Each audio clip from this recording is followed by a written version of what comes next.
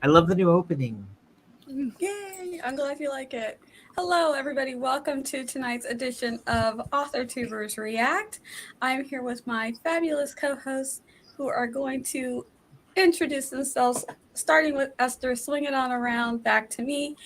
Go for it. Hi, I'm Esther Marie Andujar. I'm a Puerto Rican writer aspiring to be a hybrid author, and I am the author of Marie the Vampire, which is a serialized paranormal romance available through Kindle, Vela, Coffee, and Patreon. Barrett. Hi, I'm Barrett Laurie. On my channel, I don't do much of anything anymore, but I will again soon. I am transitioning from writing kids' stories to grown-up stories, which is lots of fun. I'm excited about that. Excited to see lots of people in the chat that I know and love. I am 1/6 of this Authortubers React. I'm also 1/3 of the writer's room. We are looking for someone to come on next month and share a little piece and talk about it. So if you want to, reach out to me through Instagram for that, or Tiffany or Morgan, but probably me because I'm the most fun. And yeah, that's all that I do. Love you lots. Except I go on lots of streams with these people. So love you lots. Go on. Des, all you. Hello, friends. I'm Desiree M. Ortega. You can find me on YouTube under Coffee Reading Writing. I post weekly videos on Wednesdays. I stream there Mondays, 8 p.m. Eastern, right by the moon live streams. I also now stream over on Twitch Tuesday through Saturdays, 1 p.m. Eastern. I am one half of the Romance Writers Room, which is the spinoff to the Writers Room. And we will be doing something in May. And yeah, and that's me. Hi everyone, my name is Charliee from Charliee Writer, and I am part of this, but I'm also... Actually, what else do I do? Nothing. Well, I mean, I have a YouTube channel, but I do some journaling, and that's about it. And I am Nia the Vixen of Fiction. You are here on my channel. I host writing streams on Tuesday nights at 7 p.m. I also host on Twitch writing streams at 1 o'clock, or at 11 o'clock to 1 o'clock on Twitch.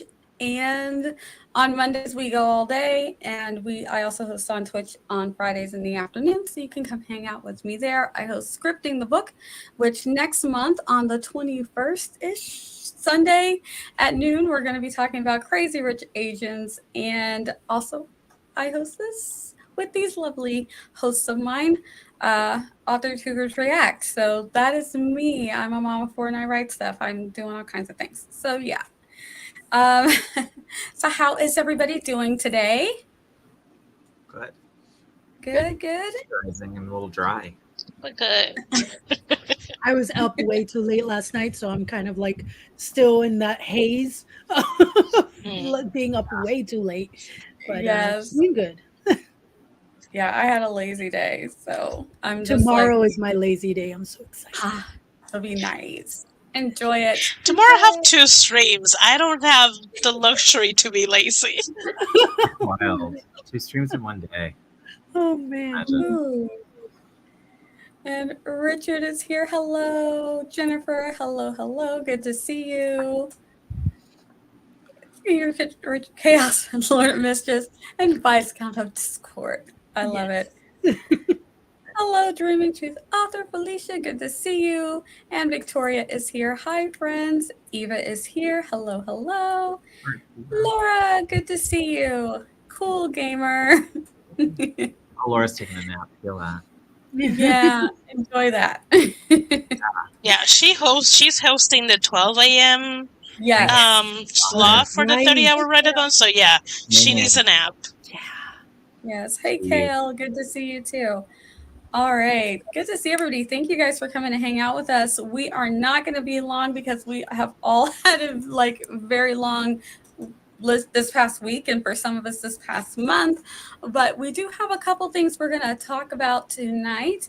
And the first one is KU. Let me find my banner, which is literally right there staring me in the face, right?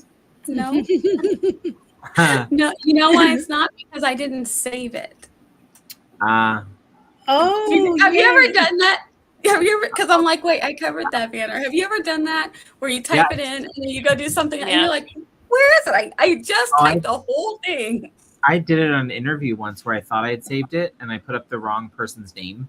Like when I was interviewing them, I can't even remember who it was now. But it was a long time ago, and they were the wrong person scrolling, and then they had to tell me in private chat later. They're like, "That's not my name," and I was like, "Oh, Sorry. Whoops. ruh-roh." Oh, Oopsie. yeah. Oh, Eva, it's not like drama, but it's interesting. It's more like for thinking business-wise Yes. about KU. So, which I was kind of considering if I wrote like a naughty book. Not like a naughty book, but like, you know, a romance where Schmexy? there might have to A be, schmexy. well, yeah, schmexy. Yeah, let's call it that. Yeah. Yeah. Which comment was that, Aviva's? Uh, If you guys ever want me to put up a comment, just say the name and the timestamp so I can grab it Yeah. and put it up real quick. Eva Because was I don't have Zara 7:39. today. Just Eva, 7:39, your time.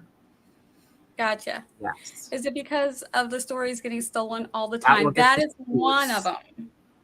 Steamy That is one of them. is a better. Oh, steamy. Yeah. Steamy is Me better. and Tiffany always say schmecky. Steamy. There you go. Steamy. Mm-hmm. Well, there's Uh, romance that can be steamy and not erotica, so that's Right. the thing. Yes. Yeah. Yeah. The other I couldn't do because I'd blush the whole time talking about it. So it's just that it could never happen because I would never be able to promote it without I being know. looking like an idiot. So Yeah. Oh, We'll that promote needs- it for you. Yeah, that needs to be a topic. I have because absolutely no.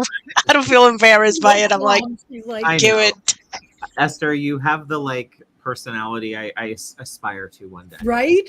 Yeah. Yes. The openness and ability to like own it. And not Yeah. give a dang. Yep. Yeah. I'm gonna have to I love hire. it. I'm gonna have to hire Esther when I put out my pen name. So I'm like, Esther, do this. 'Cause I'm like, Do the promo. I'm writing graphic novels and middle grade over here. Meanwhile, I can say, Esther, here's the pen name. I need you to how much to You promote do that this one. person? Steam. Pen name Do you person. want the steam? Do you want to be like giving it to your partner so they have a manual? Oh, Esther. Okay, let me get this back. Let me get the train back on the rails. Because we So, can go there. We are discussing KU. Hey, you. And while Nia is struggling with a banner, there it is. All right. Hey. The It was question better is- than this. I just did this on the quick. I had a nice thing that I said. I'm like, you know what? Basically, So how did this pop off? Like, what is the origins of the boycott situation? there's a second thing that happened recently. The original thing that happened where people were like, "That's it, we're done, we're tired," was the whole thing about pirated books, people putting their stuff on. When you have it on KU, when you do it the exclusive, they have exclusivity to your work. You can't post it anywhere else. You can just do regular wide, where you can post it on Amazon, but you can also post it other places. But when you go exclusive, you can't. It's only on you're agreeing to only post it on Amazon. So when people are pirating and putting it up on free websites, once they find it, KU or Amazon is just taking the author's whole everything, just taking them down. Right. Oh, And we even lose if the author isn't the one putting it out Yep. there.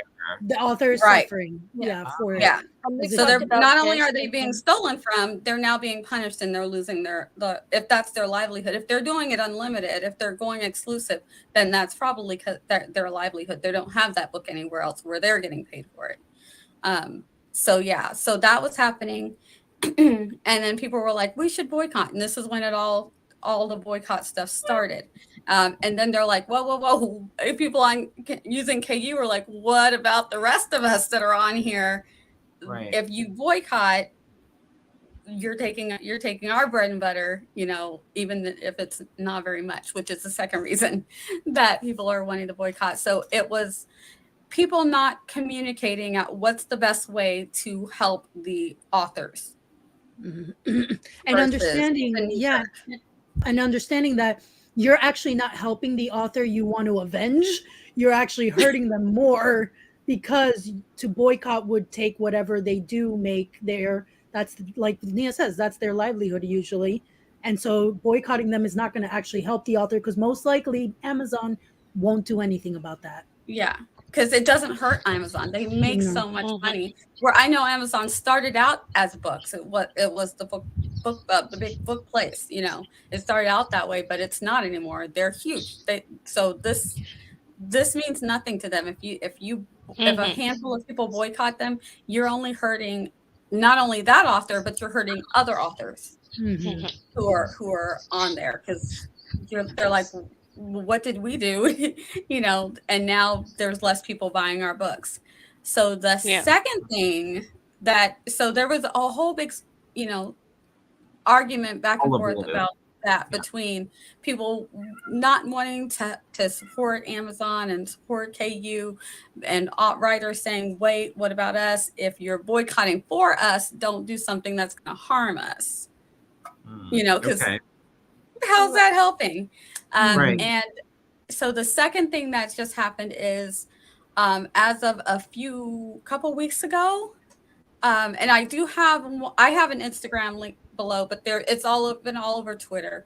But the writers are getting a pay cut for those page reads. I should have had it pulled up, but the author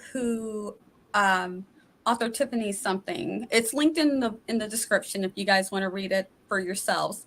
But she basically said it's a couple of things that are happening. One, people who are leaving KU, like not reading it anymore because they think that the boycotting is helping.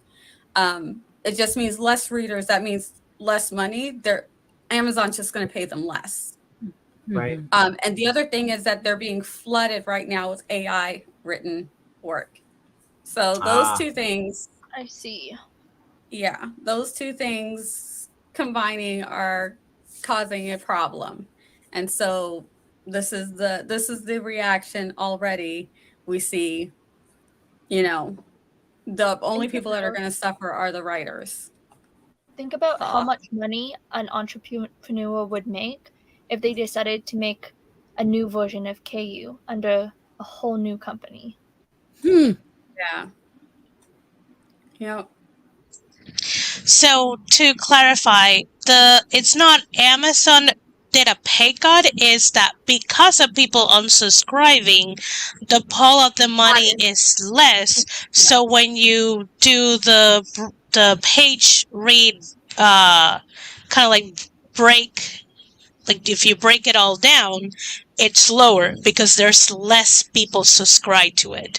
So they did not pay cut the authors, is because it's by doing the boycott to KU means there's less money to the pool that everyone gets paid. So it means you're going to get less money for every page that is read.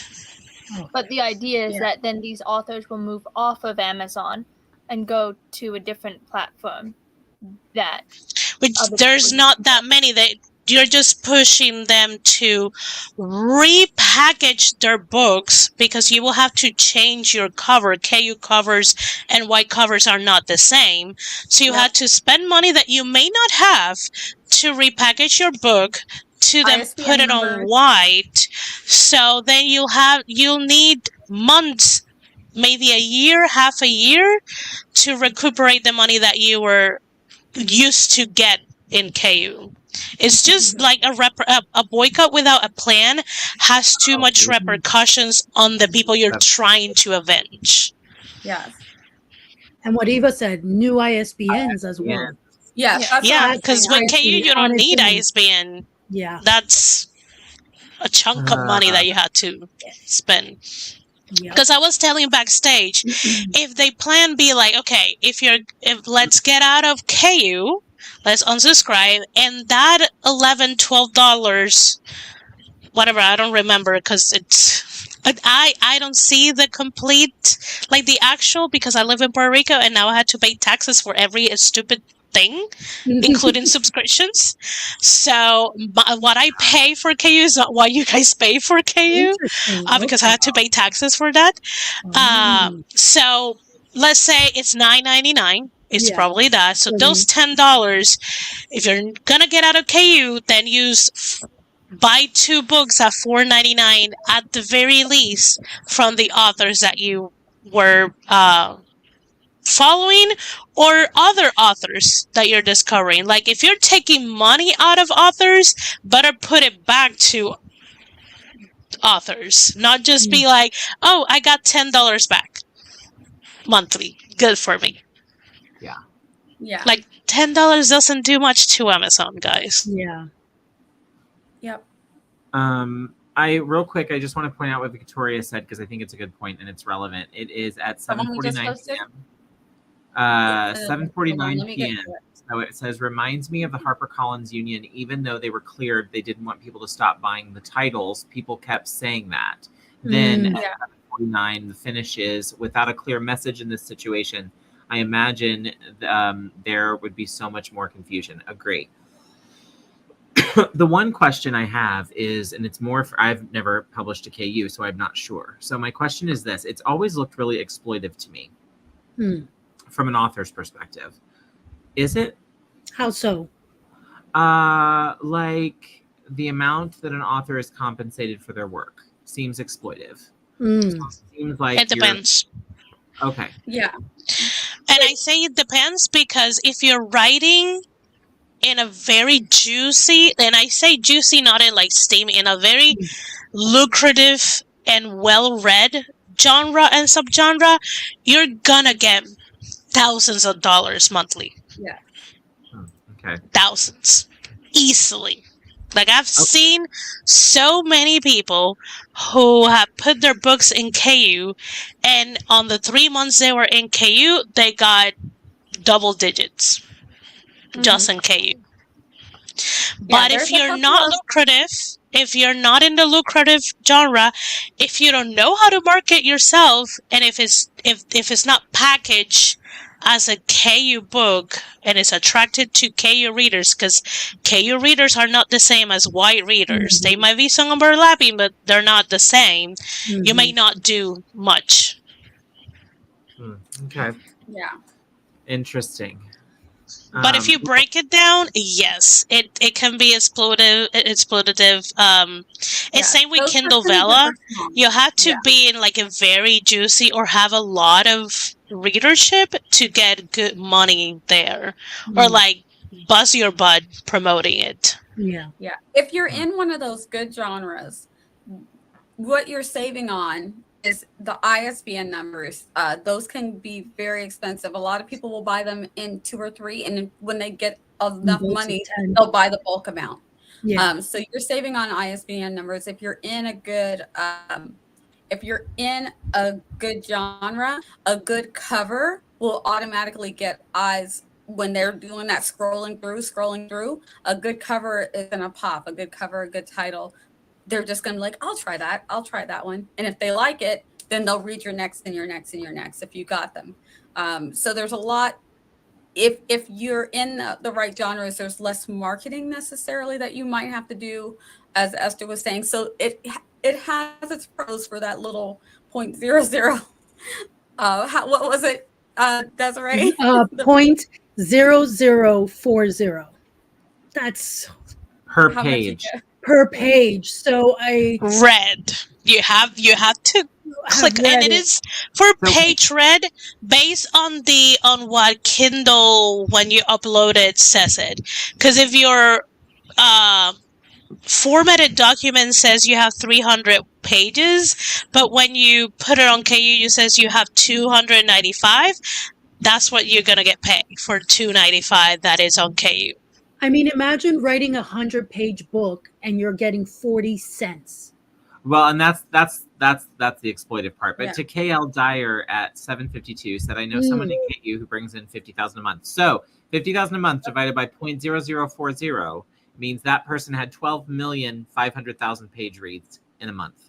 Holy crap! Wow. What that tells me is, if that's the case, guys, then what that looks like is like everywhere else. That there are going to be some authors who are the 0.0, like that person, who's a 0.01% person, or the top 2 to 5% are going to suck up most of it, because those people will get a readership, and therefore they will get pushed by the algorithm, and it feeds the same cycle that we get in actual publishing, just with an algorithm.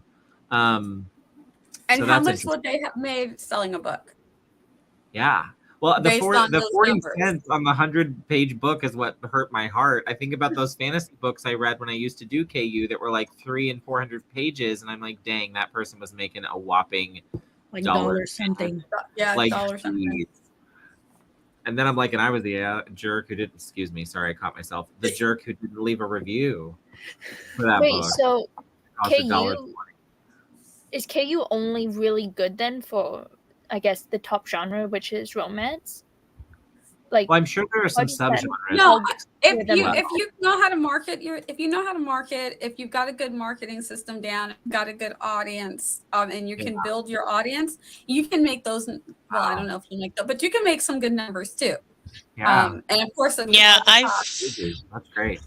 I follow up Puerto Rican author. She writes queer fantasy. And her books are like chunkers. They're like Blinding Lights Is it? size or bigger. That Oh, makes wow. me want to try it. And she makes and she released it I think later last year.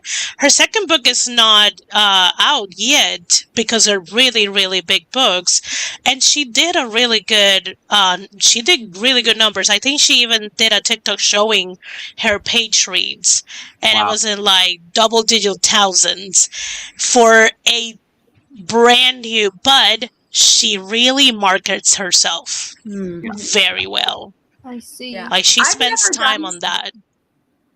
Yeah, I will say I've never done an ebook, but I do know that just the print on demand books, the ones that I did, it's way better than that. I've never done an ebook, so I don't know. Well, and Richard and Eva were talking about, the percentage of the royalty would be about 40 cents, for an ebook. And Eva's saying not far off because for a 99-cent book, and I think she's right, I think you only get a tiny percentage of that 99 cents. So if you price it less than $2.99, you get 30%. If you price it between $2.99 and I think it's $8.99 or $9.99, I don't remember, you get 70%. So that's why you see a lot of white authors pricing their ebooks at $3.99 and $4.99. That's within the market. That's expected, and that will get them on the 70%. Because it's not based on page reads at that point. You're buying. No, it's not. It's based on what you pay. You pay the $4.99, the $3.99. Amazon gets their part. The author gets their 70%, and we call it a day. Mm-hmm. Obviously, and then if you are a bad person and you give the book back and Amazon gives you the money, then the author doesn't get that money. Wow. Gail's comment is great. But then, Eva, doesn't that perpetuate the whole indie is bad?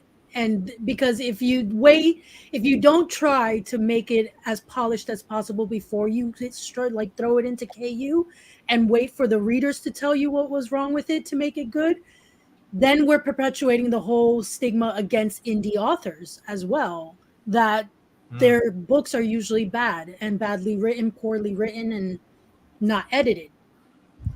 So. Oh, Eva said, don't put out a bad book. Just stop trying to make every book the best book. Oh, okay. Okay.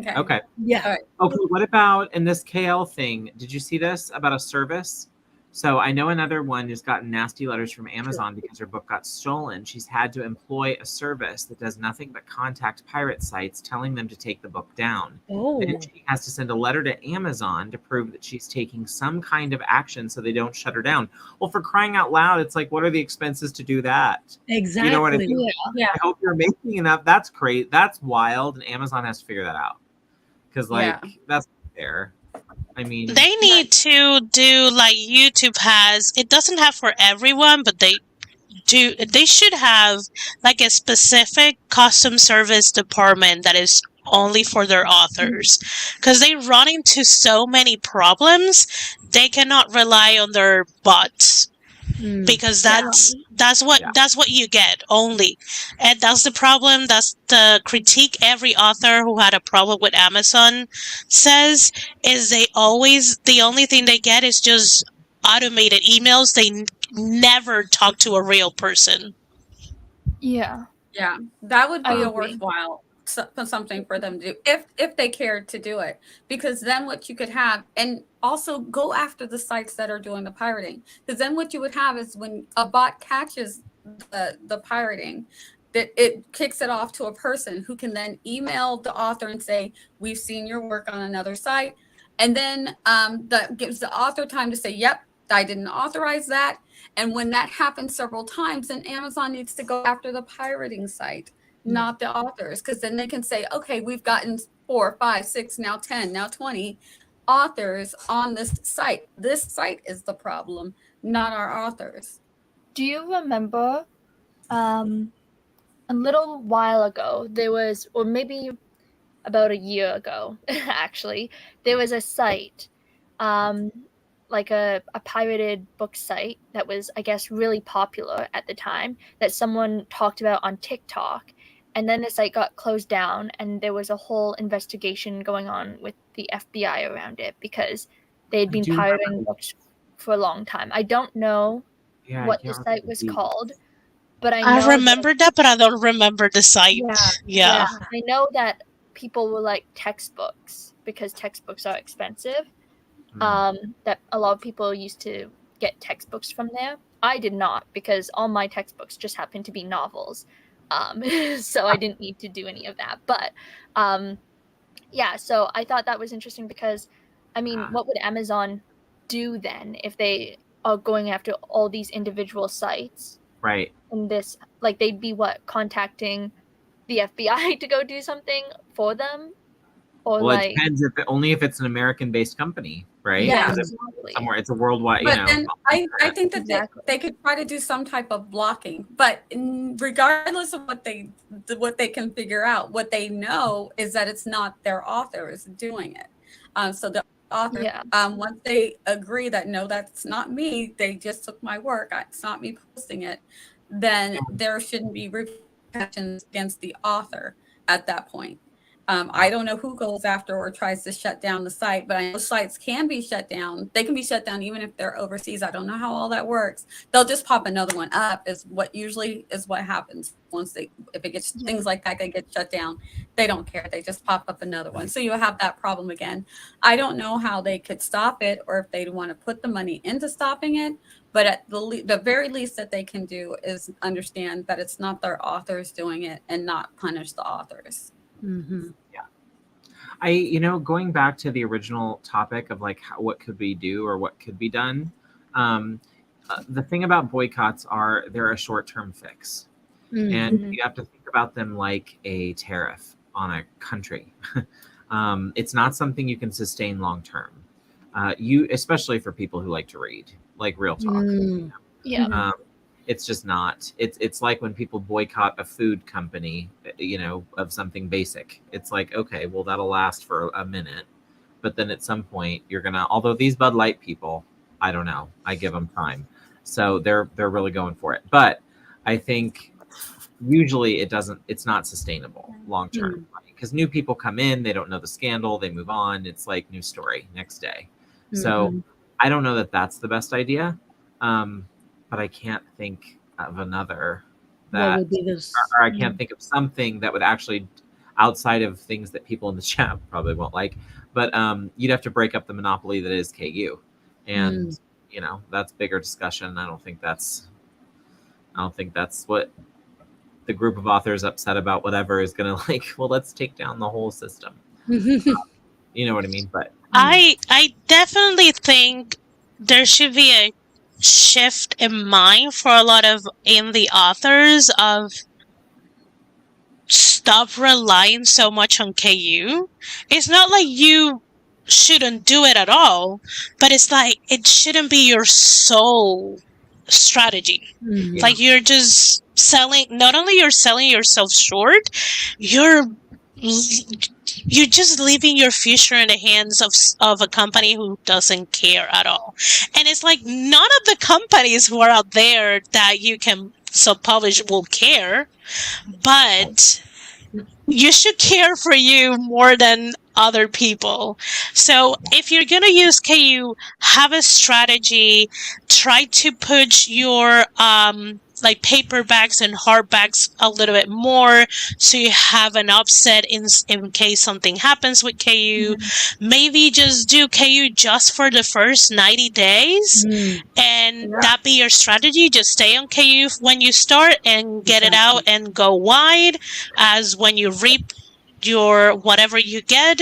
I mean, if you don't have money for the ISBN, yeah, put it on KU. Get a couple of money, get your ISBN, get out and go wide and open to have more baskets for your books. Don't put everything in one basket. Exactly. Yeah, I know a lot of people don't like this about marketing and strategy and all this, but if you're going indie, you are a business and no one's going to care about your book more than you. So you should carefully think how you're going to get it out and keep giving it alive. It's just, I'm sorry to be the bearer of the bad news, but it's true. No, it's true. I mean, it's with anything else, like how authors tell you your newsletter is key because you have control of that, because if anything else goes down, social media, Amazon, whatever, you still have access to your readers. And so you definitely don't want to like keep everything in one exclusive location, that if that whole system were to crash down, there goes your entire career and livelihood. And that's a scary thing, to put a lot of power into someone else's hands. But what Esther said, like in the beginning, absolutely. You can't afford the ISBNs. You can't do it in the beginning. And then, yes, with the website, your website and your newsletter. Absolutely. Yep. Yeah. I resisted the newsletter for a long time because I was like, but you know what? It's very true. It's very true. If I lose all of the other things. I mean, I did follow a few authors when Facebook and Instagram went down, and it was their pub day, and there were some that didn't have newsletters, so they didn't like. The only thing they got were their pre-orders, so there wasn't like a massive influx. And then the people who had newsletter were like, they already know, they have the links. I already sent that email. I don't rely on Instagram nor Facebook to let my readers know. I just send them an email. There's the link. They just need to click the newsletter and click the link and buy the book, and that's it. And it was like, I was like, this is so interesting to look at and to learn and not be on the other side panicking. Right. And I think we've all seen every single one of these social media sites go down. Yeah. At some point, you know? So the Instagram deal is hilarious because people at like the two younger people at my work who live on Instagram were just like, I mean, if Instagram's down, everything must be down. And I was just like, okay, calm down. I was like, there was a time before Instagram even happened where everything. What day what was do we that? do with ourselves now? There was one girl who was like, one of my friends, we only talk on Instagram. Like, I don't know how we'll communicate. I was like, pick up the phone. What do you mean? Okay, but you know what? I can relate to that because there are certain people that I will only talk on Instagram to because we are just not that close enough to have each other's numbers, you know? But then are you going to worry about them? Like, if you're not that close, like, you're going to, like, that's true, that's you know true. what I mean? Like, I mean, if I'm that close, if I'm really close to you, I probably have your email or your phone number. So if any social media goes down, I still have a way to communicate.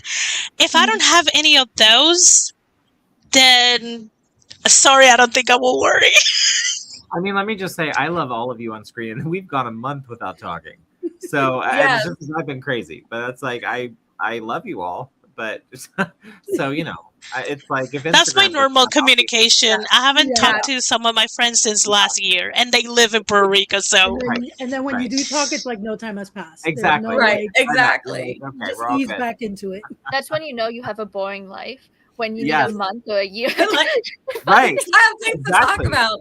Exactly. What's going on in my life? Well, let me leave for a month. But I'm curious, what day was Instagram down and Facebook Oh, Oh, down? this was a while It ago. was This- last Nothing year, happened. later. Oh, okay. Like, I just Yeah. remember everybody goes, whenever one goes down, everybody goes to the other Goes to social the media other to one to say grind what's it out. talk happening. about it.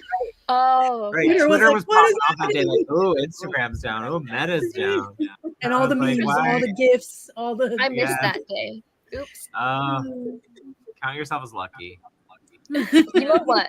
There was a last year there was a phone provider that was down. Rogers went down. That Oh, in was Canada. dramatic Wow. to us. Yeah, Yeah, no, that was that's so huge. dramatic. That's like that'd be like Verizon going down, or Ooh. that would be major. Yeah, that was Yeah. major. But at the same time, I was in charge of like a phone that day that went by Rogers, and since Rogers was down, I got no phone calls, and it was so peaceful. That's You were like, glorious. this is nice. I like this. I had Ricky disable Oh. my email when we were on vacation, and that was the Oh. nicest. Like all my work email, you know what I mean. So like nothing came through, except like JC. It was funny because he'd obviously put in certain people's email addresses that he knew, because I got one from JC with a link and one from Tiffany with a link for that That's week so for funny. streams, because he knew their email addresses. But anyway, it was nice to kind of go back and be like, That's actually wow, so funny though that seriously? there's specific email addresses that he knows. I don't think Right. I Moms, memorized I got one. anyone's addresses. Oh yeah. Yeah. But I'm actually, good at ignore. I'm like I can communicate very well, but I'm really good at ignoring things like Nia. Like if I really don't want to just Like, answer yeah. anything, I could have like 40 messages, 100 emails, and I'm like, it's just it can stay there. That's gonna be their little decoration, a red dot, I whatever. relate to that because I don't have notifications do that. on my phone for I don't anything except for text messages.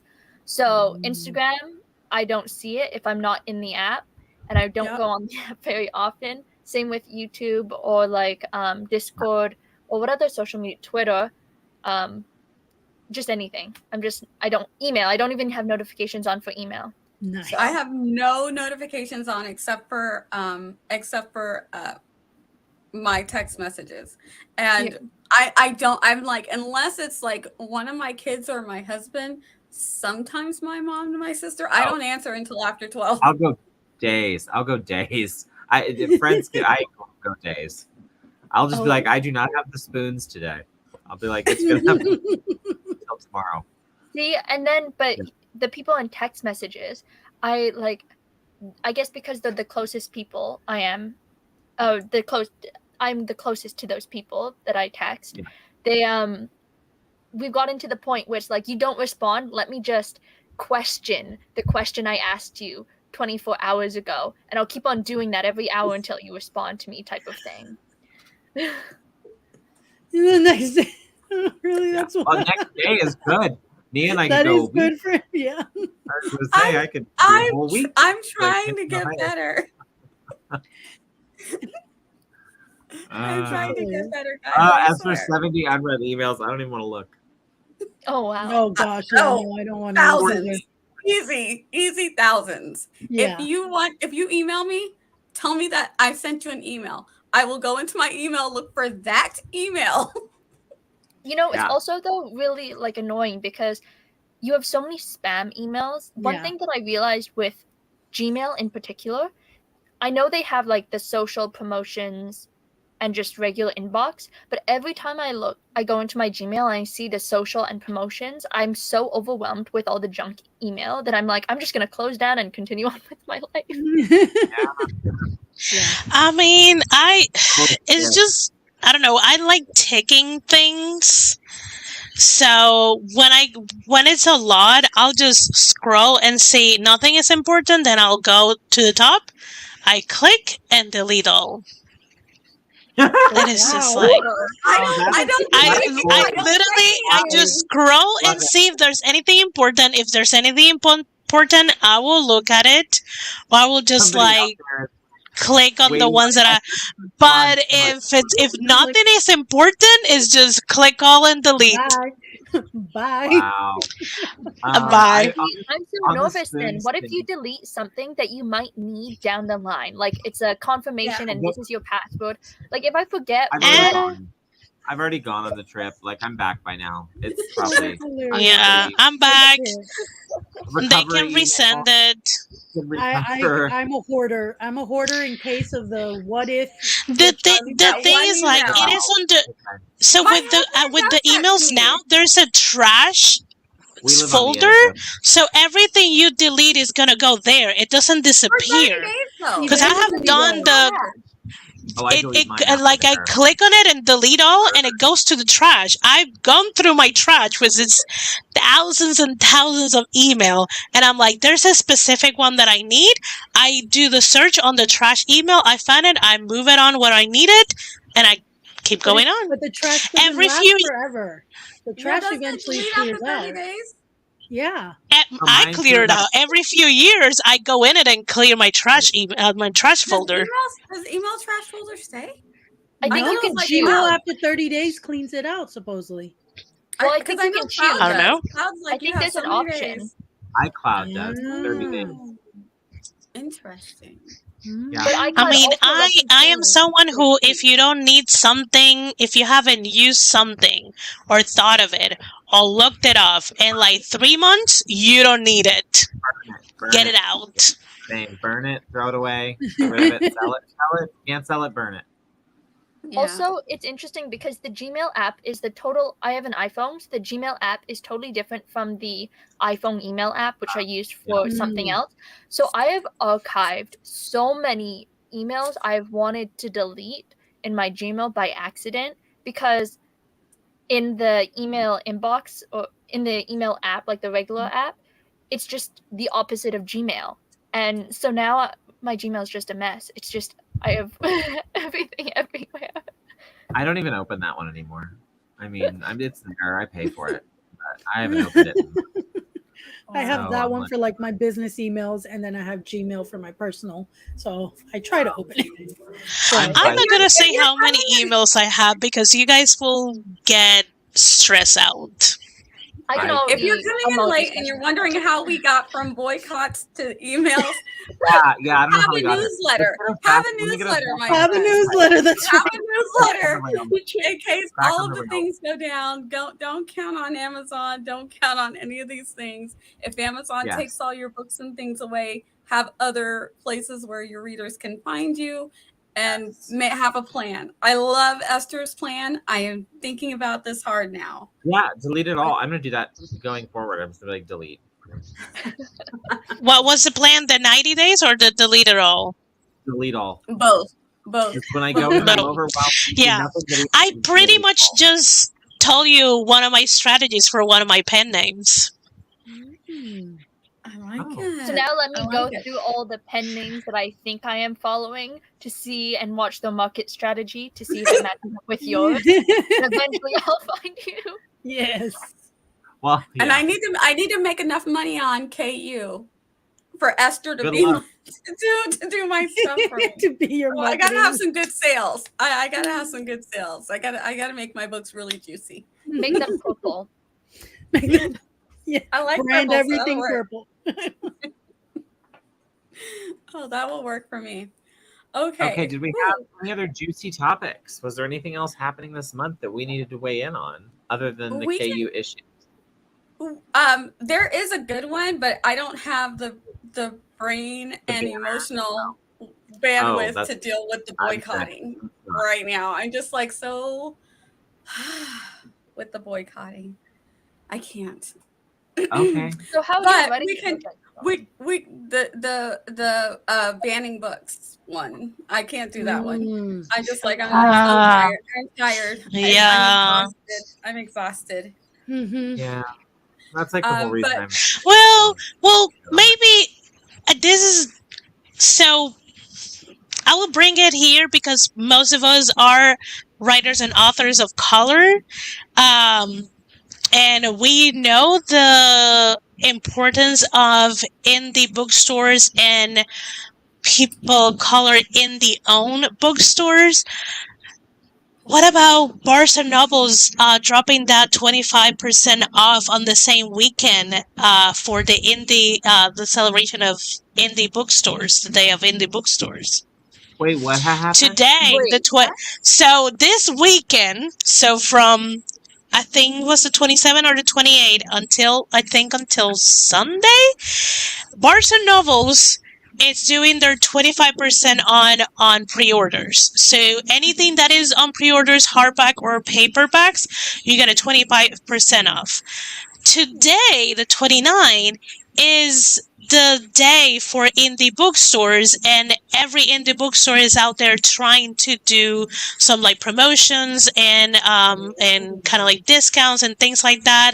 And it's like, really, Barnes and Nobles, you could have picked any dates, any, But they decided and you have to like smack stomp yourself on- in that one.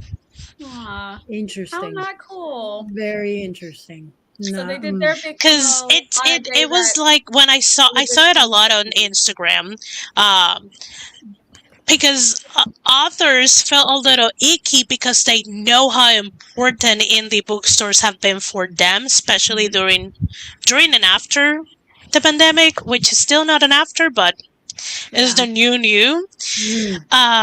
And then still having to promote because they know how important pre-orders are, and is their chance to kind of like promote and have people go and buy and pre-order their books because they are getting a discount. But at the same time, they feel bad because it's in the same time of the indie bookstore celebration. It's just like, and a lot of like readers who are very aware of that, they are like, what can we do? Like, do we wait to try to do things with our indie bookstores? Do we buy the books that we want with the 25% with Barnes and Noble? Like, there's Money's a lot tight. of Like, where are we going to spend our money? We want to support Yeah. our indie bookstores, but we also want to save money. To get a hardback for not cheaper, cool. yeah, for pre-orders. Not and Yeah. cool. That's the popular girl throwing a party on the same day as the regular girl at school. Okay, wait. So I have a Not question. cool. So people are saying online that Barnes and Noble should be competing with Amazon, but how are you like? How are you supposed to compete physical book with KU or like ebooks and stuff? So this is the thing a lot of people do forget. Barnes and Nobles has a press. Yeah. So Right. you can indie pub with Barnes and Nobles. Yeah, I forget. Right. They are technically on a very similar ground at Amazon. I mean, they don't have like clothes and tag and all that thing that Amazon has, but they have physical books, they have ebooks, and they do have a press for you to indie pub your books. So out of anyone that can compete with Amazon, it is Barnes and Nobles. And it's not because they are currently the biggest brick and mortar in the US. It's because they have those things. They can do hardcovers, they can do paperbacks, they have physical stores, they have ebook, and they have like people can indie pub there. So if you can indie publish with Barnes and Nobles, then couldn't the 25% off also be going to that indie publishing sector? To indie authors. If they have it there. Or to indie authors? Yeah. Probably not to the bookstores. You know what I mean? So it was the side eye was just about it would be the equivalent of Amex, American Express in America does the small business shopping Saturday. It would be the equivalent of Walmart going in and doing a 25% discount on any item in your cart the same day as Amex's like small business Saturday. Do you know what I mean? It would just be a giant retailer coming in and sort of taking a dump. No, I get that. I get I get Sorry. the Splitting the pot where that focus of money was going to go to the one. They've now split it up, but it's Yeah. Yeah, I was just wondering about self-publishing in Barnes and Noble. Oh, That's all. yeah. The Barnes and Noble, I actually did know. I've heard people say good things. So Yeah. Yeah. and didn't They Barnes and don't have Noble any exclusive. Do they have? Is it Kobo that one? I forgot if it's They- Kobo or if it's Google. They do have two, like a subscription based kind of thing, and it's not exclusive like KU. And there's been a lot of authors trying to let people know, hey, if you don't want to do KU, this is another program that it's not limited. Like it's a similar program. It's just you're not exclusive, which is better. Yeah. Right, Yeah. because Kobo is Canadian. Hmm. But what I was getting at though before is Barnes. I get how shady it is for Barnes and Nobles to have this sale, but are they not allowed to promote their indie authors there too? Or If you don't have your book there on pre-order, no, because it is for pre-orders only. The 25%. Got it. Okay, so The 25% is for pre-orders. Okay. Can you tell that They do don't it, like, shop at once or- Barnes and Nobles? They do it like I once know or me twice. neither. They do it Yeah. like once or twice a They're year. doing it often, quite often. They used to, well, when I used to, I mean, I haven't shopped in a Barnes and Noble since before the pandemic, but they used to do it like once or twice a year. It used to be like a hot thing that they would do of like, oh, you can get pre-orders for 25% off, and it was sort of like the Victoria's Secret semi-annual kind of deal. Hmm. Got it. Okay. Yeah. Regular readers don't Some. know. Yeah, regular readers don't know. The readers that are more like online and kind of like tapped in, they see what's going on. But your regular person down the street is just going to see a sale and go to the Barnes and Noble versus going to the indie bookstore. Yeah. Yeah. Okay. Okay. Thank you. However, as we talked about emails earlier, circle it back around. The regular readers would have gotten an email from Barnes and Noble about that. So if they're a delete all reader like Esther, nope, they don't. If they are a save I it till- deleted mines. They sent me like for that sale. I get one in the morning, one in the late afternoon, and then one right like 11:53. And I'm like, no, I don't have any book that I want to pre-order. Stop harassing me. Yeah. Some of us only have a Barnes and Nobles, or we got to go to Target. Yeah, And Target I only and have Walmart are very Target. limited. Yep. Yeah. I have all those couple small indie bookstores we had because of the Panini is gone. So right now it really is just Barnes and Nobles, Target, or if you find something at Walmart because it's such a small Walmart selection. online. I mean, Walmart So online. I have a few indie bookstores, but like I said, Barnes and Noble ship books to Puerto Rico faster than Amazon, even when I have Prime to Puerto Rico. So yes, I will give my money more to Barnes and Noble than to Amazon. Because Barnes and Nobles, I mean, there must be at least one Barnes and Nobles in Canada, but because it's not a major book retailer, I know very little about the store and how it functions. It's so thank you think for of clearing it, all that up. Charlie. So their footprints are like they used to be like big box. So they'd be like 20,000 square feet or larger, and they'd have a cafe. So they'd have like a Starbucks or a coffee shop that you could sit down and get coffee, and then otherwise it was sort of like a Borders where it would be little sitting areas with nice seating, and you could sort of like pull books and read. You're encouraged to like read in the store. So Right, yeah. I mean, Canada has the equivalent, but just not the specifics. Right. I just was giving the feel of what. However, it's changed. Like in St. Louis, our Barnes and Noble started getting smaller and more targeted to like certain areas. But St. Louis moving bookstores, including a minority-owned bookstore in U City. So look that up. Also, free shipping only works if you're in the US. Yeah. Honestly. So it's a privilege not a lot of us can get to enjoy. The thing, Esther, it's only a privilege if you can afford it. If you're the person getting in all the accidents that's true. about the United States and being underpaid to get those deliveries out, that's why it's probably only free here. So we also have states letting kids work now. So things are going well. Yeah. Yeah. Way to go. And also the threshold for Barnes & Noble to do free shipping is not that high. So even with sales, with that 25% sale, I bought 3 books.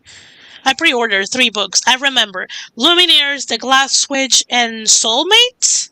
And I didn't pay shipping. It was free shipping, just 3 hardbacks. And they just shipped them when they were released. So I got individual books being shipped, didn't pay shipping. Wow. So I don't love Barnes and Noble, but I enjoy every once in a while because they're a little better than Amazon. So And At no least matter what, with the no matter shipping. what, you buy the book, it supports the author. Either way. Yeah. Yes. and That's also the important thing. for Eva in St. Louis, go check out I See Me. EYESEE Me. I See Me. It's Black owned. It's in University City, and it focuses on kids books. Oh, nice. So take You know what? there and check that out because it's a great store. And then another one, Eva, that you would love is my favorite in St. Louis is The Novel Neighbor is in Webster Groves, and it's a female owned, and it's an amazing one as well. And they have a whole Nice. The first store that you just talked about, I think I See I Me. accidentally stumbled across one in Canada. Oh, it's a thing, and they've been written up in like the Wall Street Journal and some other places because, again, they're like Black owned and they're focused on kids' books. So they have authors of all kinds for kids, but they focus on authors of color for kids' books. So check them out. Nice. Mm. That's You're good. welcome, Eva. I got you.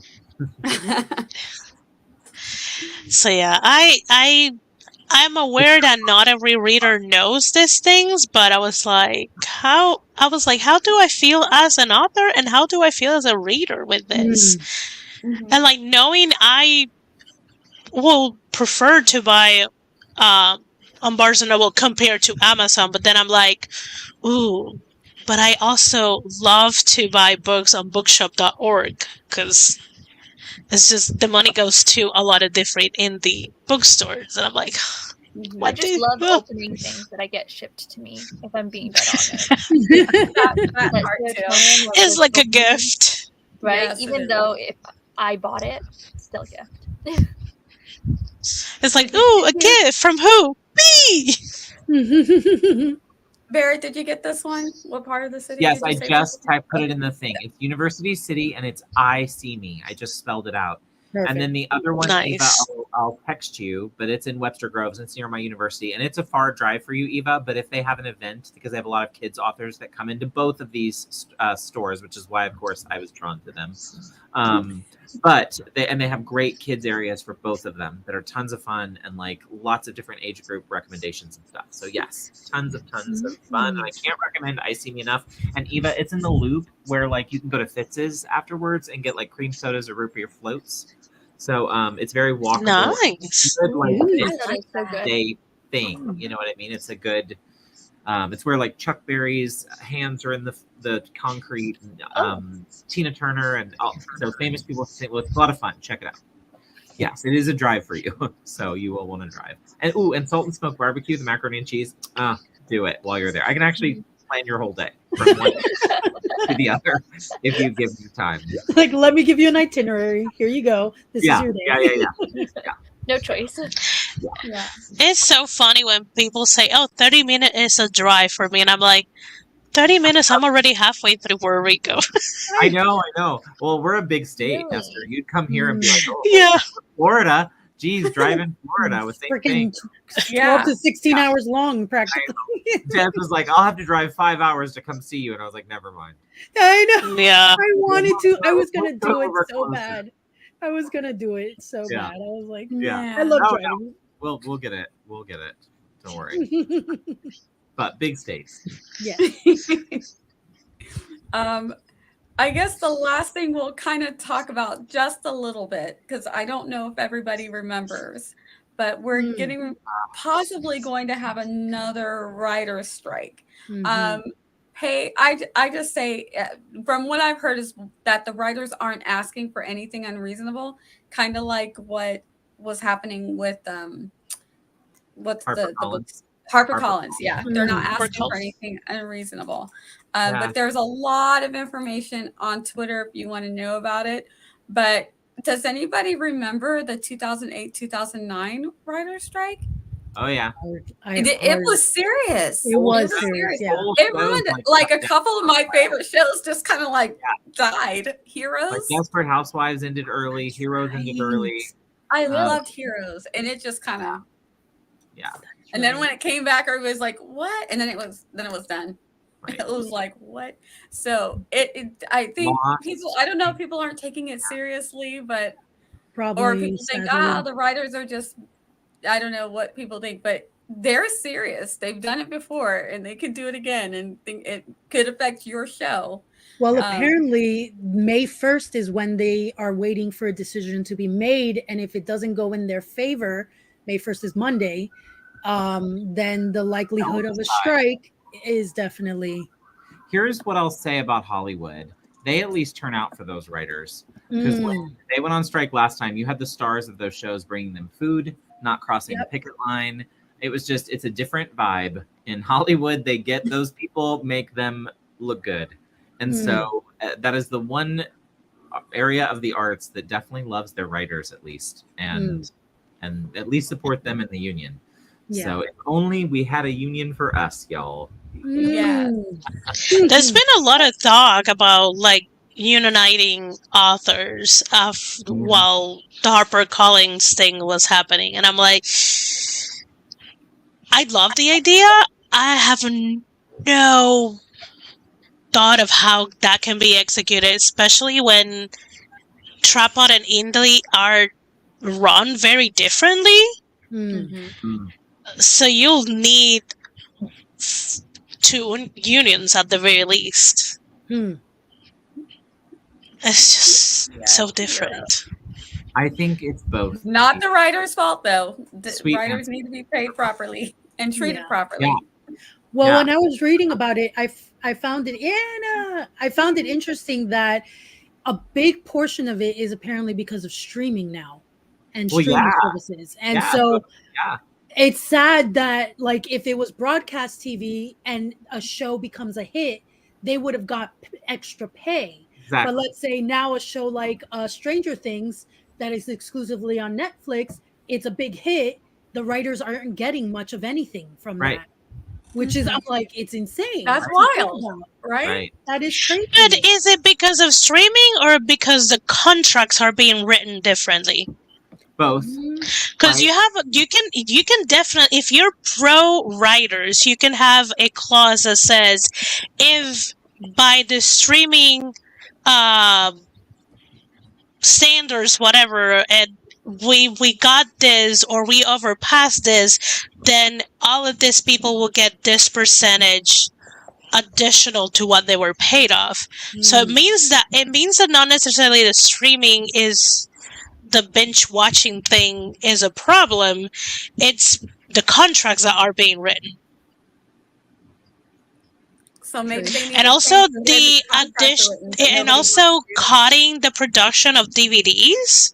Like a lot of people, like there's so many shows that are disappearing because either there's no DVDs out there, or there's very few people who have DVDs for it, and like we're losing media because you just don't want to take some part of that money and like. And that is an additional amount of money that a lot of people are losing because once a movie or a show gets into a DVD, that's another amount of money that you get that is being lost. And I think it's on the contract. I think it's on the contract. If they are taking those clauses out of the contract, it's, it's not the tool, it's the people who are using the tools that are taking advantage of it. Interesting. Very interesting. Well, we have 2 days or 5 days? How long do we have till when is it the strike potentially? Well, May 1st. That's so literally 2 days. Yeah, 2 days. 2 days before it gets decided what the next steps will be. Oh boy. So if their demands are not met, then strike, I think it is. So right Wow, to the so networks more if you money don't for want to. books. Yes, read more books, but Read also more books. pay Ariel. writers fairly. Treat them Yes. better. Give them decent contracts. Come on, Seriously. be fair. Oh, that's unfortunate. But Especially if the turnaround has to be super quick, which is what would imagine it's happening with streaming service, because you had to produce scripts very quickly, so they get into recording very quickly. And if there are changes, you probably will have to have one or two writers in set so they can make changes on set for what is being recorded in like a few minutes. It's like yeah, they have to get very well paid because they're continuously working on something. You have like a timeline of a couple of months, because they usually just stay in a few months on post-production and editing and all of this. And I get it, like effects takes time and rendering and all that, but you're pressuring the other people to give this more time. Maybe you should extend the timeline, and pay better. especially the ones that are bingeable, the ones that we want the whole season done. Yeah. Before we put it out there. So especially for those ones, that's a lot of pressure. I actually like that some of them are doing slower release now. Mm-hmm. Oh Yeah. yeah, so but they Yeah. I like it for them. We Like got it for them. I we like got spoiled. A now. year and a half. You have to wait a year and a half now. Honestly, I know what kind of shows I need to wait until they're done so I can binge them. And then I know some shows I'm like, yeah, this is the kind of thing that I want to watch every week, kind of like as a reward. Mhm. Like I have one, it's already done, and I'm like, it's Saturday. I'm supposed to be watching something, but I don't have that anymore. I need to find something else. Oh, I've got one for you if you have Netflix. Yeah, I do have Netflix. Ricky and I literally watched in a night and a half The Diplomat.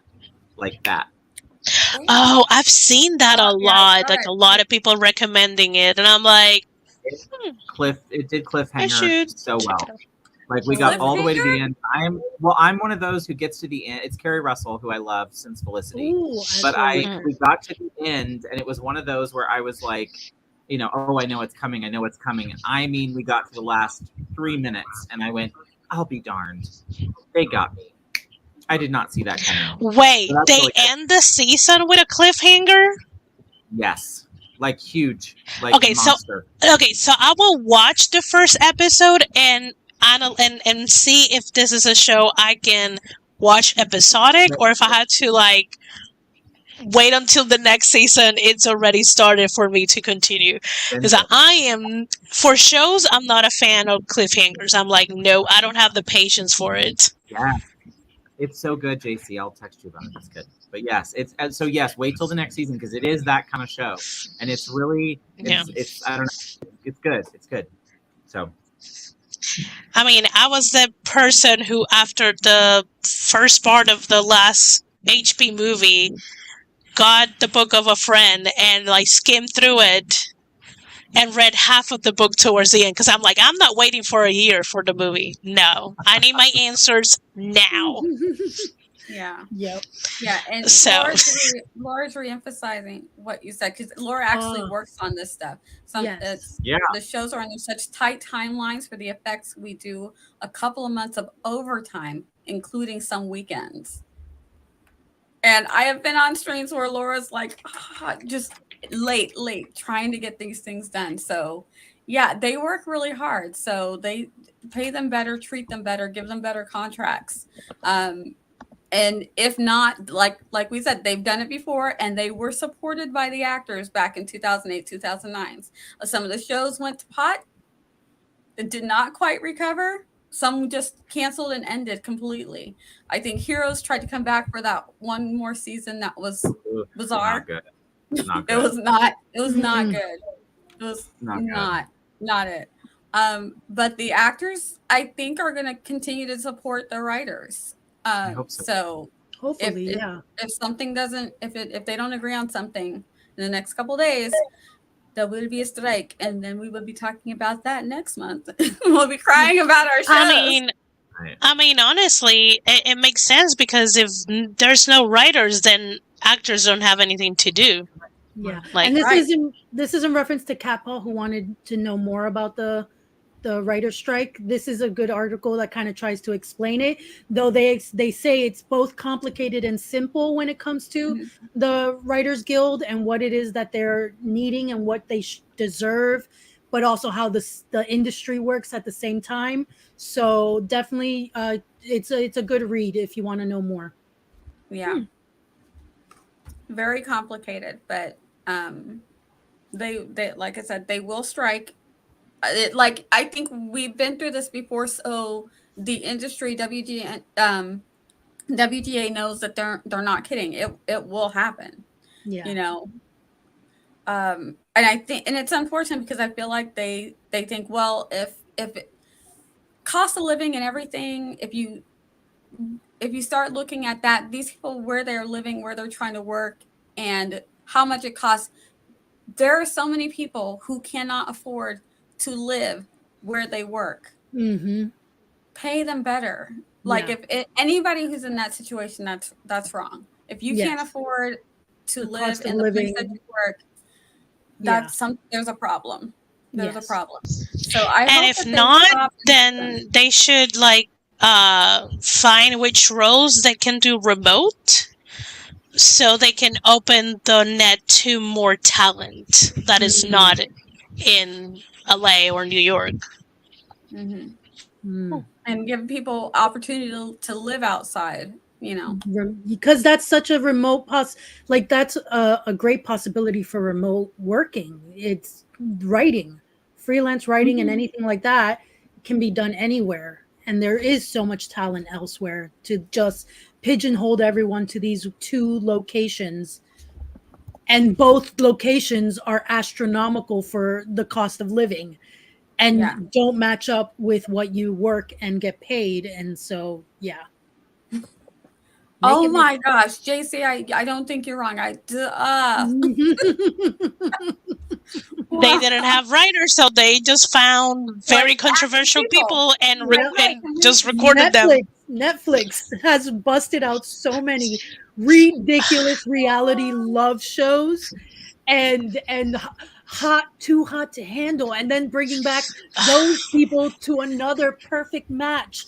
And it's like hot on an island, hot on a resort, hot on a cruise. It's like, what? And then they regurgitate all those people and go, now let's put them in perfect match. Who of all these people you already saw can find perfect love? It's too much. It is too much. I'm like, no. I am definitely not a reality TV person. Rarely do I sometimes indulge. Rarely. I did partake at the beginning of the pandemic. Someone got me into the Love is Blind. Yes, same. They just kept talking about it, and I was so bored. It was, and I was like, this is entertaining. I love seeing the dynamics as a romance writer. I love the dynamics between especially like males and females, their romantic dynamic being how different they are, and how I find it fascinating. So put them in a horrible situation like trying to get them to marry at first sight or to marry blindly. I find it so fascinating. When I'm bored, it's just cookies. It's like cookies. Yep. I sure did. I ate it up. I was like, man, I cannot believe I'm sitting here watching this, and now I'm invested in these people. And now they do more. I think the only reality TV that I saw, and not completely, and I'm gonna date myself, The OC and The Hills. Oh my God, yes. I remember that. And I did not see them all. I didn't see all the seasons. But there were just like very specific dynamics. And it was usually friendship dynamics that I was just like, yes, fascinating. Give it to me. The romances were like, oh God, this is very edited. this is force. They would just But the suck. friendships and the betrayal of the Drama. friendships, I'm like, oh, this is high school drama at its peak. Yes. Yep. All right. Yep, And yep. Zara just found a tweet. Someone said on Twitter that if you can't afford to pay your employees to live in the city in a city, then you can't afford to operate your business there. Mm. Yeah. Yeah, and where I live in Florida, Facts. it's very, very much also the same thing. You do not get paid what is necessary for the cost of living here. You absolutely do not. It's very, and they just raised all the rents and everything too. So it's crazy. Same where I am. Oh, it's happening. Yeah, it's happening more places now. Yeah. It's getting that way even here. Like, But I don't think I have a family member who's trying to find a place to live, and they make above minimum wage, and they're just like, it's still not enough to meet the 1/3 of your income. Mm. And I'm like, the gap just keeps really? on. And she's Yeah. like, absolutely not. It's not. She's But like, you need a roommate, but then they now want both you and the roommate to meet that threshold in case the roommate flakes on you. Mhm. And I'm like, what? So no matter what, even with a roommate, you still have to meet that 1/3 of your income threshold. I'm like, that's not reasonable. It just doesn't seem reasonable. I don't get it. Mm. But yeah, I agree. But I actually don't agree with that the tweet, because I feel like there's a lot of other factors that go in, like, into a business. Like, maybe your audience lives in the city, right? Mm. But yeah. Yeah, but what's happened, and I've watched some documentaries on this. In certain places in Colorado, there's a restaurant owner on one of the documentaries that I was watching, and he said he can't his employees what he any reasonable restaurateur would pay their cooks and their waitresses. He goes, I can't pay them enough to live here because the housing is so high. So he's had to put up like little he had a piece of land and he had to like put up trailers or the little things because it's ridiculous. The price of living is too high, but it's not always the employer's fault. Sometimes government is not regulating the rate of the rising of the rents. Yes. And so they both need to come together. Exactly. Yeah. But it's not right. Employees, especially if there's no transit. We don't have transit. We don't either. So where are the employees supposed to live? If they can't live here, who's going to work at the restaurant that I want to go eat at? That's what that is getting to. Do they live on the street? Do they live in their car? They can't afford the rent. Yeah, but then see, I'm like, but if you expect every employer to pay for the person to live in that area. No, we expect the government to put some caps on how, like, they both need to work together. Like, don't pay them minimum wage because you're making profits. If you're making record profits, then that's part of it. If you're making record profits, like a lot of these corporations are, you can afford to pay your employees more because they're paying the people at the top millions and millions of dollars in bonuses. But if you're a small business, if you're a small business, that's different. Yes, if you're a small business, that's different. That is a different situation if you're a small business. But at the same time, where are the employees going to live? Yeah. If you can only afford to pay minimum wage, but an apartment is $2,000, where are these minimum wage employees supposed to live at? See, I get what you're saying, and I totally agree with it. But then I am also like, I don't want employers to turn away people that live potentially far away because it's not their fault that this is the job they want or this is the job that they have the experience for. Because I can't up and move my business, but I also get what you're saying, and I think that's the better solution, to be honest. But yeah. I think the biggest problem is like there's some business that depend on a specific place, like a Community, restaurant or a supermarket or whichever, like a shop that actually has physical items or things they have to physically do to give as a product. But if you were talking about a lot of things in the arts and in technology, you don't have to limit the people to live in the specific state that you're operating if whatever they are bringing is not something that you actually need to be handed physically. Mm. And that's kind of like a problem in a lot of industries. Like they operate in like very expensive states, and when you go to the job posting, their first requirement is that you have to live within a mile or a specific miles in the area, and it's like, but you're not paying enough for me to live there or for me to move there, to relocate. And what the job that I'm doing doesn't need me to be physically there. Yeah. If you want to like have meetings and physically meet your staff, then put it on the posting that twice a year or every once 3 months, 4 times a year, you will be required to travel to the main offices for meetings or whatever. But don't if it's not needed. With the age of technology, there's no need to cage your staff to that. Yeah. Yeah. The bookstore I And used to work at, it was in a very specific community that is a wealthy community, though it was very much like an indie bookstore, but they wanted you to live. They took a chance on hiring me because they wanted you to live within that little area because they figured you're going to be close by, you'll walk here, but it was so expensive to live there and the pay wasn't much bigger than minimum wage. To be a cashier at the bookstore or a barista at their little coffee area. Yeah. And even if you live in one of these bigger cities, you still want to get your McDonald's. You still want to get your whatever.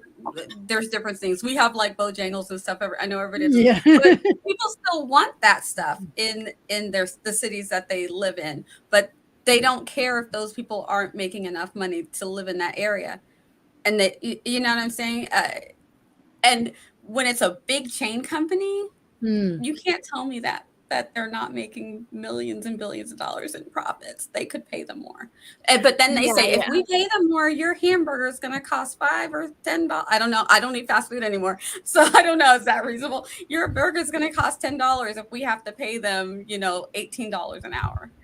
And I'm like, no, it's just that's ridiculous because I'm like, no, it means that if you pay more of your staff, you're not gonna give yourself a raise every few months. That's what it means. It doesn't mean that you raise the price of your product. It means that you're not gonna award yourself money that you did absolutely nothing for it. Yeah, so maybe that's what it means. And maybe instead of the $50 million bonus, the CEO only gets a $10 million bonus. Oh, wow. But the same thing should go for the writers. The ones who can work remotely should be able to do that. And if you want them to live in the city, they need to be able to afford to live in at least within reasonable proximity, and be able to afford to live decently. You know, because they forget it's not just the rent. There's a cost of living. There's a slew of things that accumulate and become the essential cost of living. And so it's like, oh, but you can afford, well, we pay you can afford the rent monthly. The rent's not the only thing if I want to live. I also want to where I am, it's the opposite. You can afford everything but the rent. So you can live on the street, but you can still have food. So they're like, but can you eat?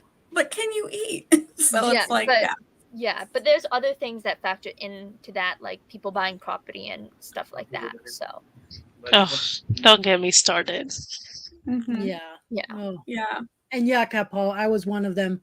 I used to work in a marketing agency, and that every morning it was a 2-hour drive and every evening 2 hours drive back home because of traffic, not because of the distance.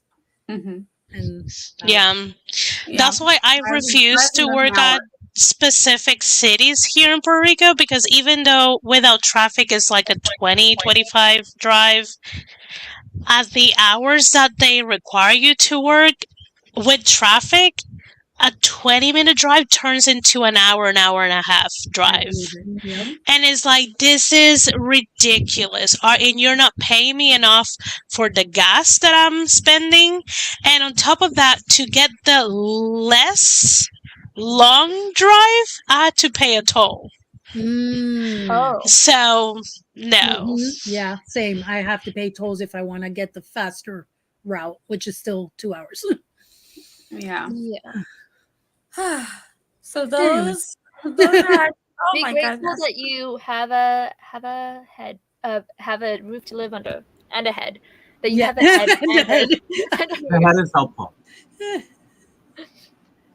And what? All right, guys. Oh. Anything else anybody wanted to chat about?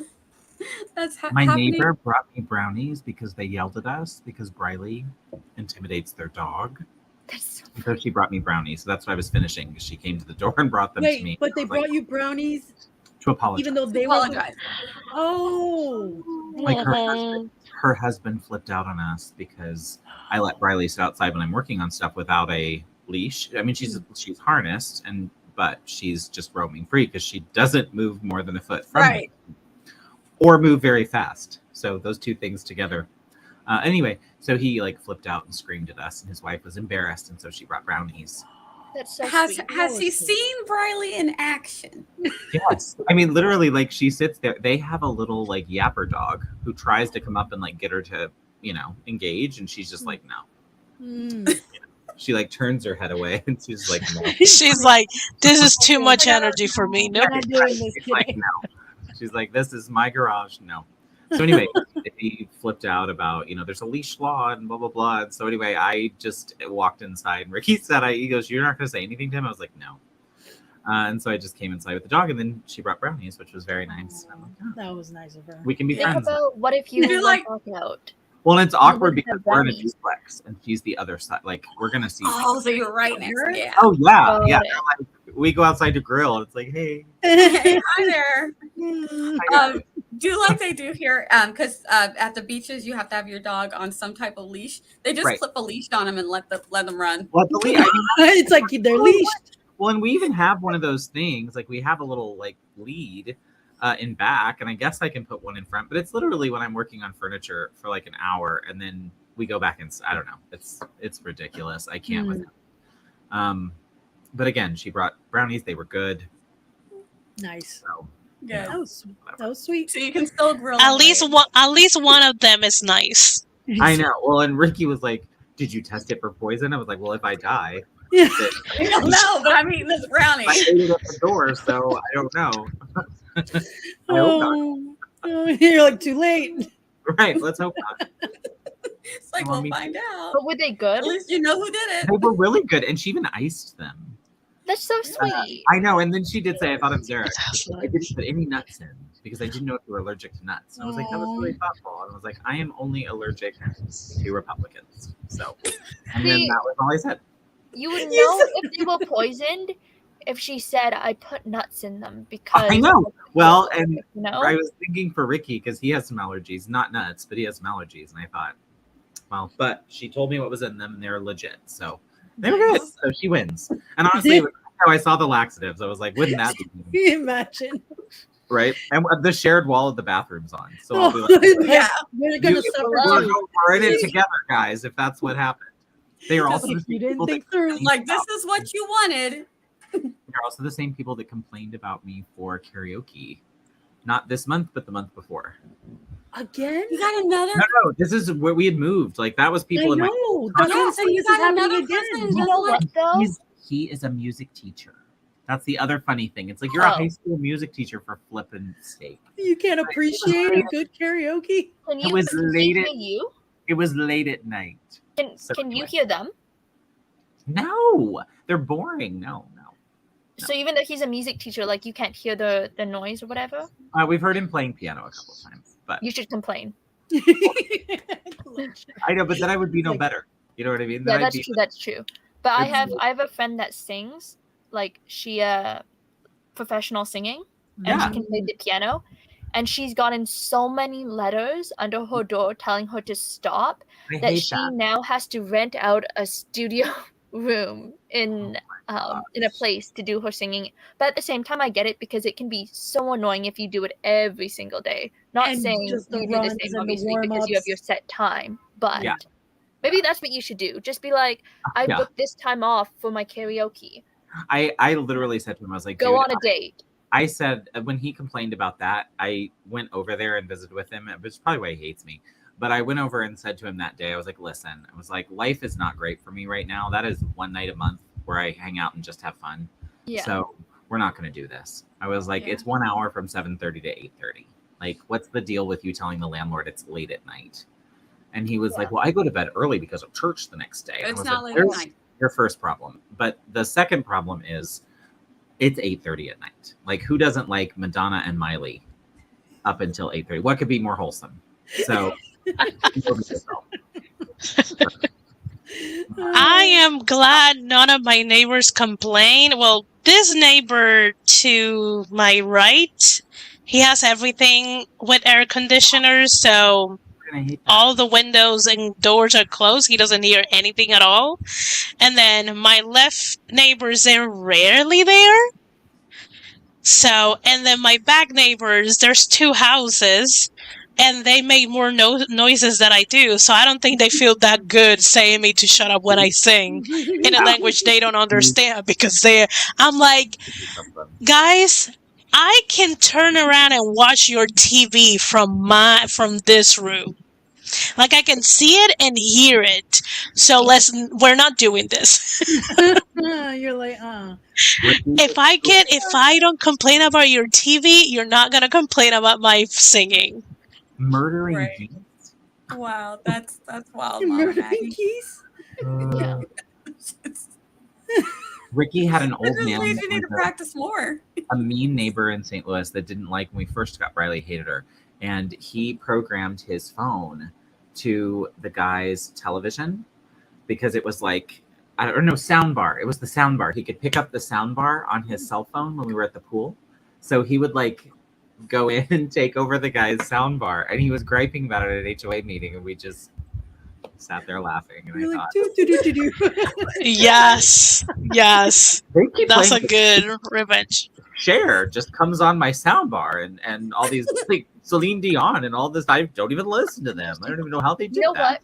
what? Choosing your neighbors is so important. I don't know if you guys have ever seen the show. I think it's called Thy Loving Neighbor. And it's this TV Oh. show about all these neighbors that end up killing each other because they can't agree on things. Oh God. And the worst part of it is it's true stories. So like the one It is episode, and the only episode I watched was when there was this guy who worked late at night. He was a firefighter and had very long hours. Freaked out because his neighbors were making noise 24/7. And he had just had a little kid, so like a little baby. So the baby was constantly up and not a lot of sleep. Nevertheless, he ends up going out and shooting everyone. But yeah. Whoa. Oh wow. And it's based on these are real like true crime type things. Yeah, it sounds it's- like what's going on in America right now when people get I like mean, yeah, that's legit. But that's why you have to driveway, choose your like- neighbors wisely. Oh, if Wow. you can. If Yeah. you I know. can. Every I mean, time a really, neighbor if you moves, have I'm the- like, oh, please make a neighbor moving in. Oh God! I go If you make have the mine right Roku away. channel or Prime Video, you will be able to see it. I just search it. Oh wow. Oh, okay. I have Prime. Wow. Could be some good inspiration for some stories. Yeah, right? That makes me sad. Morgan and I Maggie know. discussion Oh. about that's Yeah, sad. that is. You know Seriously, what? their neighbors can be the worst. That is sad, but coming from the older siblings' perspective, like, Oh no! yeah. I love that Charlie's like now coming from someone who had to listen to someone like skin a cat when they were playing. Yeah, I mean, I get it. It I really see does both suck. sides. But but the place is not in the same room as me, nor is it in the room across from me or on the same floor as me. So just move out. Just move out. See, my brother had it good because I was very lazy to practice my trombone. I didn't like it to practice because I was like, I spend playing from 3 to 5, Monday to Friday. There were some days that I would have practice on the band at my school. So I did like an hour or two, and then I always had to play on Sundays at church and had like a 4-hour practice at night on Sundays. I'm like, I am done with playing this instrument. I am not practicing at all. Yeah. So my brother and my mom had it very easy because trombone is not a quiet instrument. It is not. It is not. I will say I too was the instrument playing child. However, I did not like to practice at home. One, because I didn't have time to practice at home. I had way too many things to do. And my playing wasn't bad because I was always in competition between first and second chair. So I was always trying to get first chair. So unless the whole band was terrible, which is also possible, my playing couldn't have been that bad. Now, if I were to play right now, that's a whole nother story. Haven't played in 20-something years. Yeah, and Gosh. here students have to play an instrument, but when I was playing my instrument, it was just not the priority. So I played it to show off, and then never touched it again. And I was like, wow, 3 marks. Wow. Oh my gosh. All right. I hope everybody had a good time chatting with us and that the topics were good tonight. I enjoyed them, and I always enjoy chatting with you guys. Y'all know that. That's why I invite you to my house, because I like chatting with y'all.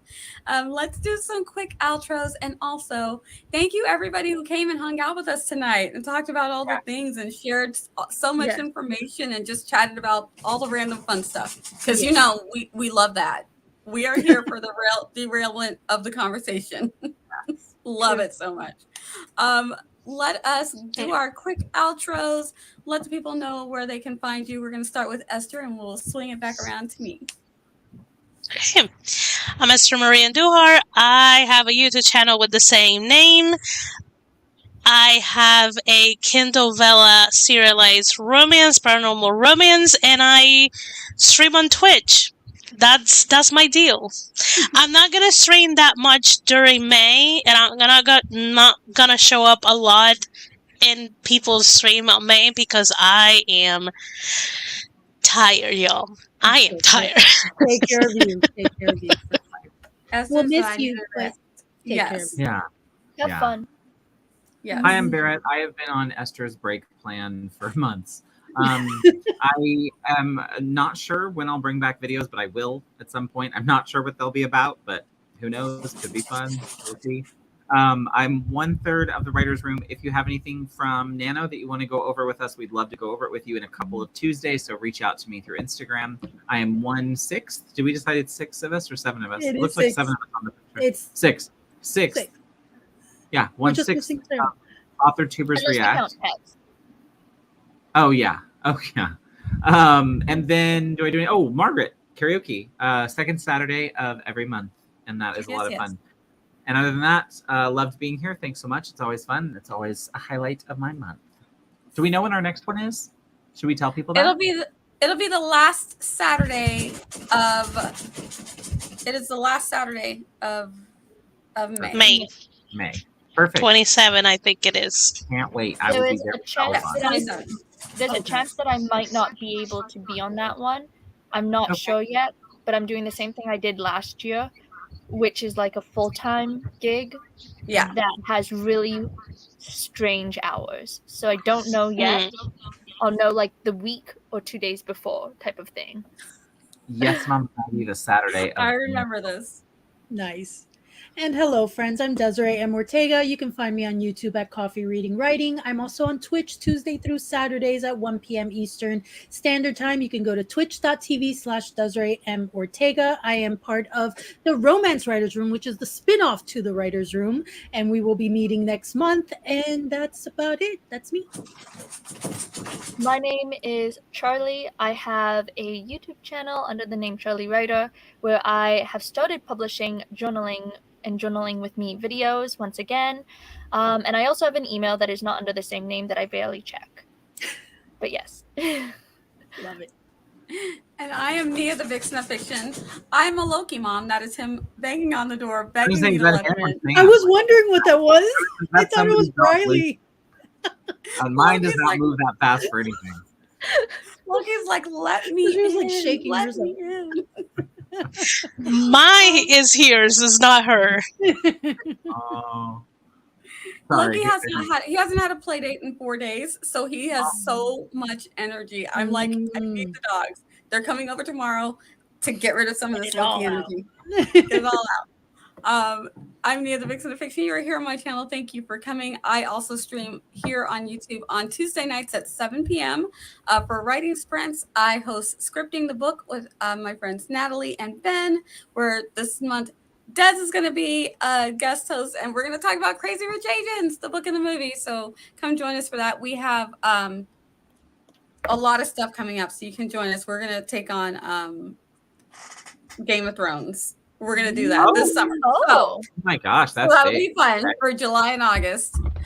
So come join us for that. And I stream on Twitch at 11 a.m. for lunch hour sprints. So you can join me Monday through Friday for the lunch hour. Let's get some things done.